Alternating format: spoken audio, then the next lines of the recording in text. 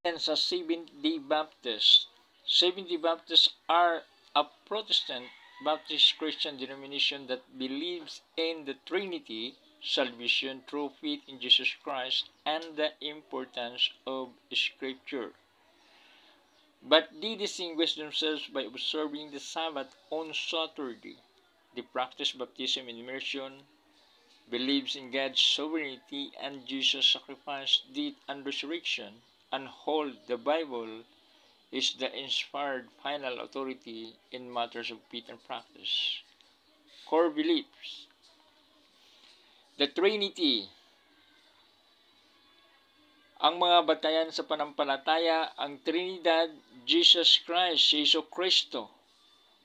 The Bible, ang Biblia, ang kaligtasan, ang humanity, pagkatao. Key practice. The Shabbat, ang araw ng Sabado. The baptism, ang bautismo. The Lord's Supper o communion. The foot washing. Distinguishing feature, Sabbath observance. Baptism, identity.